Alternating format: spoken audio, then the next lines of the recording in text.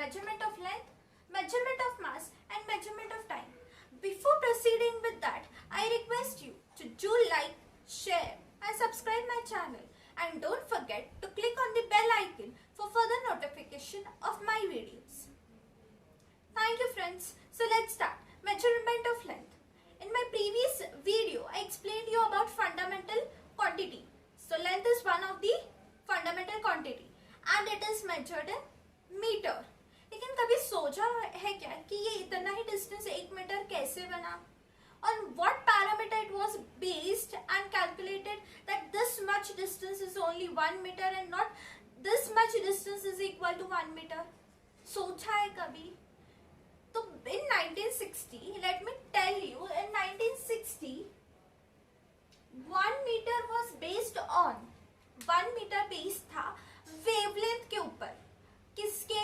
तो orange red light emitted by krypton atom. Krypton atom से जो ऑरेंज रेड लाइट इमिट होती थी ना, उसके वेवलेंथ के ऊपर बेस्ड था 1 metre. But then in 1983 the definition of 1 meter was more precise. More precise मतलब इसका एक सेकंड डेफिनेशन बना. सेकंड डेफिनेशन ये बना कि एक वैक्यूम ले लो. वैक्यूम यानी जिसमें एयर मॉलिक्यूल्स नहीं है, कुछ कोई और मॉलिक्यूल्स भी नहीं है. That is a tube. Take a vacuum tube और उसके अंदर लाइट के रे को पास करो. लाइट के रे को पास करो कब तक? तो एक इंटरवल स्पेसिफाई किया था. तो वो इंटरवल था 1/299792458. ये इतने इंटरवल में ये लाइट की रे कहाँ तक जाती है? मतलब अज्यूम कि मेरी लाइट की रे स्टार्ट हुई है और टाइमर स्टार्ट हुआ है और यहाँ पे टाइमर खत्म हो गया. तो ये जो डिस्टेंस रहेगा ना पाथ का, ये रहेगा 1 metre. So when I define it, it would be the distance traveled by light in interval of 1 divided by 299792458. This value is nothing but speed of light, that is c. So in this interval, light travels how much distance? So the path length was equal to 1 meter. अभी ये तो समझ गया कि ये है, but कभी ये सोचा है? अभी कपड़ा ले लो, कपड़े को तुम स्केल से मेजर कर सकते हो कि हाँ ये 1 मीटर है, राइट? बट कभी सोचा है लार्जर डिस्टेंसेस कैसे मेजर होते होंगे? For example, take distance from earth surface to some other planet. So how would you calculate that distance? Can you take scale and start measuring and you will calculate the distance? Is it possible so? No, it is not possible. तो फिर ऐसा कौन सा method था जिसकी वजह से calculations easy बने और डिस्टेंस निकला between Earth and some other planet? So let's see it. So एक पैरेलैक्स करके एक मेथड था. एक पैरेलैक्स करके मेथड था. अभी ये पैरेलैक्स मेथड क्या है? To understand that, let's do a demonstration. Assume that this is your hand and you are holding your hand straight in front of your face, and you need to see your hand with your left eye by keeping your right eye closed, and then by your right eye by keeping your left eye closed. अभी मैं अगर left आई से देखूं तो left आई से मुझे मेरा हाथ मुझे ऐसा टेढ़ा देखना पड़ रहा है. It's not exactly straight in front of my I, right? और अगर मैं राइट आई से देखूं तो मुझे भी ऐसा टेढ़ा इंक्लाइंड वे में देखना पड़ रहा है, तब जाके मुझे मेरा हाथ दिखाई दे रहा है. तो ये होता है कि मुझे सिर्फ टेढ़ा देखना पड़ रहा है. सो अगर मैं डायग्रामेटिकली उसको रिप्रेजेंट करूं तो अज्यूम कि ये मेरी E1 I1 है और E2 I2 है. तो ये this is my hand. I denote it by O and this is I1 and E2 is second eye. So I want to calculate distance OP, that is of my hand and face. So how would you calculate OP? So suppose assume that this is an angle made. So this is also known as parallax angle. What it is known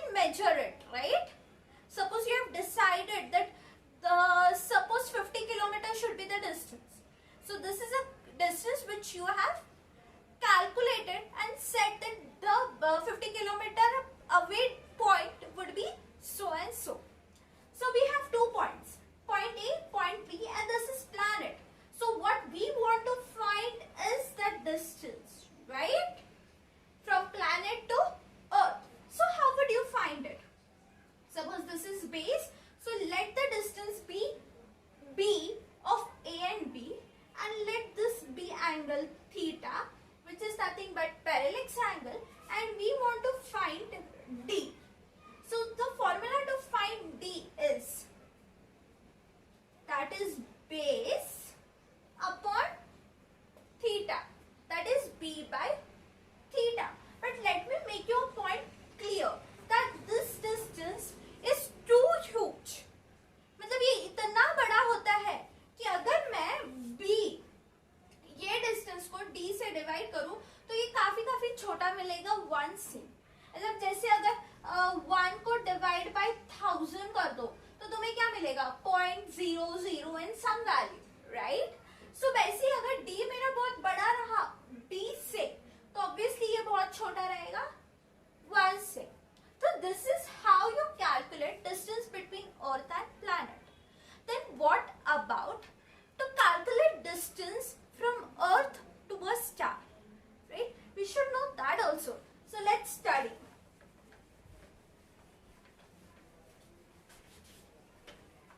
अभी star, which is the closest star to earth? Obviously sun is the closest star and the second closest star is 4.92 light years away from us. And do you know what is the value of that? 1 light year is equal to 9.46 into 10 to the power 15 meter. So if second star is 4.92 light year apart from earth, so you need to multiply this parameter to this to get to know the value in meters in SI system, right?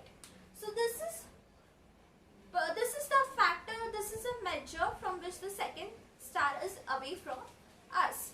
Now how to calculate that distance? There is a slight change.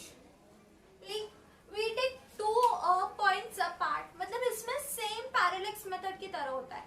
But जैसे parallax method में 2 points के बीच का distance इतना ही होना चाहिए था, ये mandatory नहीं था. लेकिन इसमें mandatory. मतलब इसमें fixed एक value है कि तुम 2 points जो अर्थ के ऊपर ले रहे हो उन दोनों के बीच का distance 2 AU चाहिए. AU यानी एस्ट्रोनॉमिकल यूनिट होता है. अभी एक एस्ट्रोनॉमिकल की यूनिट की वैल्यू होती है 1.496 into 10 to the power 11 metre. अगर ये है एक AU की वैल्यू तो 2 AU की वैल्यू इसको मल्टीप्लाई बाय 2 कर दो तो ऐसा यूनिट में तुम्हें 2 AU मिलेगा. So this is just the slight change that the distance between 2 points should be AU, that is A and B. Then you view the star. Suppose the star is S and you calculate distance. So this is SP, assume this is an angle. So your SP would be 2AU as it is fixed divided by theta. So this is a formula to calculate distance between star and earth. So this is the second subtopic of measurement of length. Then moving on to the next topic. Next subtopic actually. How scientists calculated the diameter of any planet, that is size of any planet, right? We need to find that also. So it is also not possible to take scale and measure it, right? Scale लेके तो measure करना possible ही नहीं है. तो कैसे किया होगा? तो सपोज ये प्लैनेट का मैं शेप बना रही हूँ और इसका d निकालना है मुझे. d क्या है? डायमीटर. तो मैं अर्थ पे एक पॉइंट लूंगी और ये प्लैनेट को व्यू करूंगी 2 डायरेक्शंस में. पहले ये डायरेक्शन में व्यू करूंगी, फिर ये डायरेक्शन में व्यू करूंगी. And then what I want to find this कि ये यहाँ पे मेरा कोई एंगल बनेगा. सपोज वो एंगल है अल्फा. क्या है वो angle? Alpha. And this is a distance known d. d क्या है? डिस्टेंस है between any planet to earth. और अब मुझे डायमीटर निकालना है. तो डायमीटर कैसे निकलेगा? तो the formula for that is if alpha is equal to small d upon capital D, that is diameter upon d. Then if we want to find diameter, d would be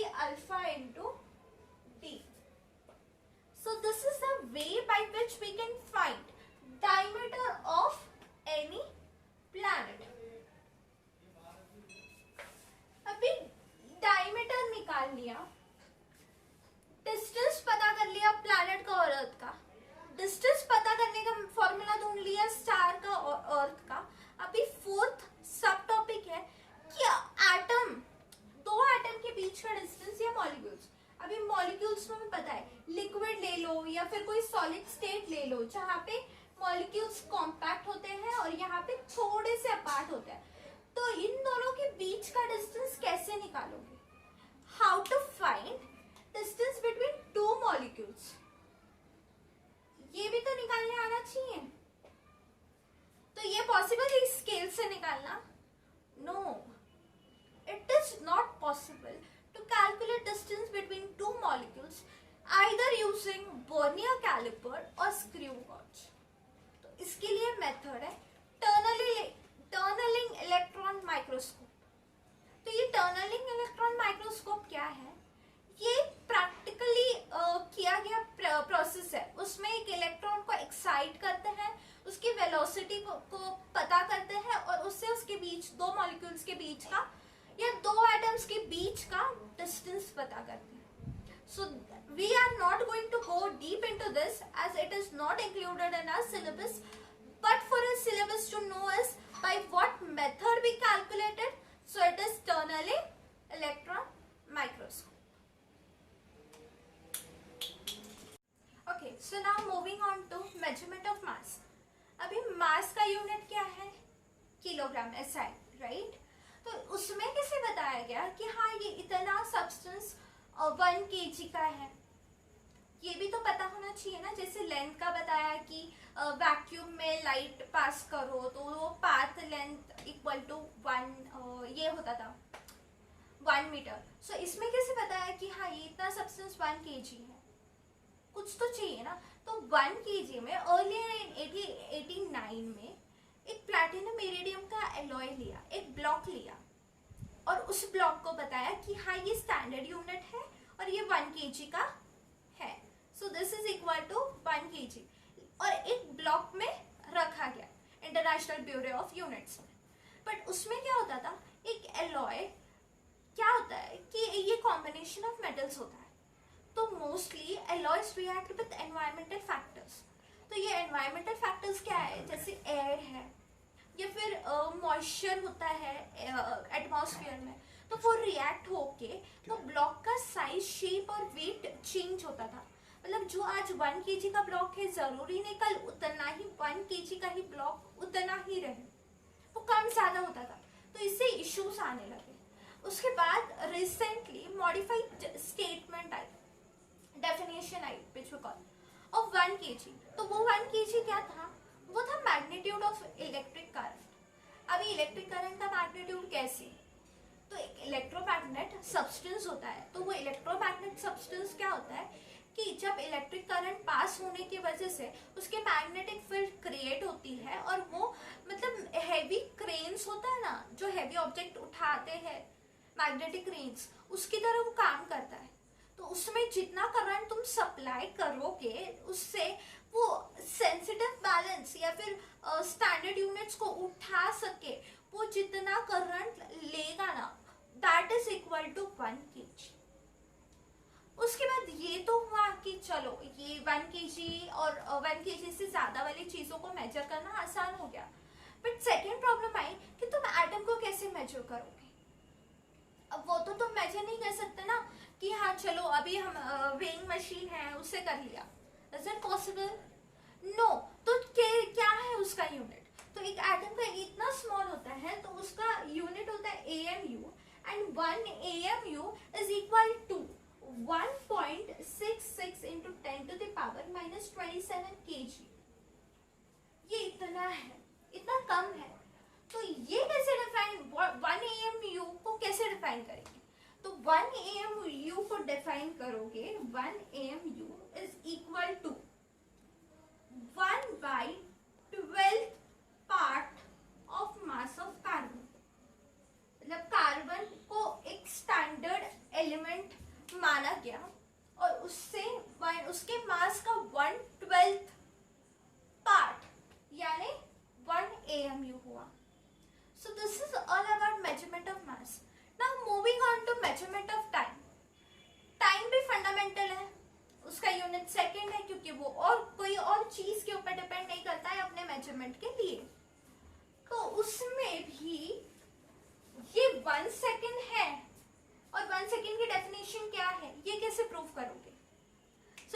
tell you, we consider the average solar day. And what is an average solar day? Mean solar day. It is from one noon to another noon. मतलब 12 बजे से लेके रात के 12 बजे से लेके सुबह के फिर से रात के 12 बजे तक एक noon one noon day consider होता है. From 12 noon to 12 noon is one day. तो अब ये वन डे के कैलकुलेशंस क्या होता है? वन डे में होते हैं 24 आवर्स, हर घंटे में होते हैं 60 मिनट और हर मिनट में होते हैं 60 सेकेंड्स. तो इसका कैलकुलेशन होता है 86400, राइट? तो ये इतने सेकेंड्स होते हैं पर डे में. तो 1 सेकेंड कितना होगा? 1 सेकेंड होगा 1 डिवाइड बाय 86400. सो ये इतना है 1 second. So this is definition of 1 second. लेकिन टू बी मोर प्रेसाइज कि ये 1 सेकेंड डेफिनेशन कैसे निकली? तो सीजियम एटम, जो कि सीजियम 133, जिसके आउटर शेल में सिर्फ एक इलेक्ट्रॉन होता है, तो इस इलेक्ट्रॉन को एक्साइट करके दूसरे एनर्जी लेवल पे ट्रांजिस्ट करना है. ट्रांजिस्ट करना है मतलब मूव करना है. तो ये अपने आप से तो मूव नहीं होता है. तो इसको तुम एक्सटर्नल रेडिएशन दोगे तो तब जाके वो अपना एनर्जी लेवल स्टेट छोड़ के दूसरे एनर्जी स्टेट में जाएगा. तो ये कैसे जाएगा? तो करंट या वेव्स मतलब रेडिएशंस पास होते हैं और उस रेडिएशन के वाइब्रेशंस की भी एक वैल्यू है. तो वो वैल्यू है 9192631700. तो ये जब इतने वाइब्रेशंस 770, तो ये जब इतने वाइब्रेशंस रेडिएशंस के हो जाएंगे तब वो सीजियम का लास्ट इलेक्ट्रॉन एक्साइट होगा और हायर लेवल में जाएगा. तो जब वो एक्साइट होता है वो उतने ड्यूरेशन को बोलते हैं 1 second. So that is definition of 1 second. So this is all about what our agenda about today's video, but let me give you a brief summary what all we covered. So we covered measurement of length. In that we covered 4 subtopics. That was calculation of distance from Earth to planet, then calculation of distance from Earth to star, then calculation of diameter of planet, and how at the distance between two atoms or two molecules is calculated. Then we saw about measurement of mass, and then we ended up with measurement of time. In upcoming video I would cover the next part of this module. So keep watching and don't forget to subscribe and click on the bell icon for further notification of my videos. Thank you guys and have a safe day.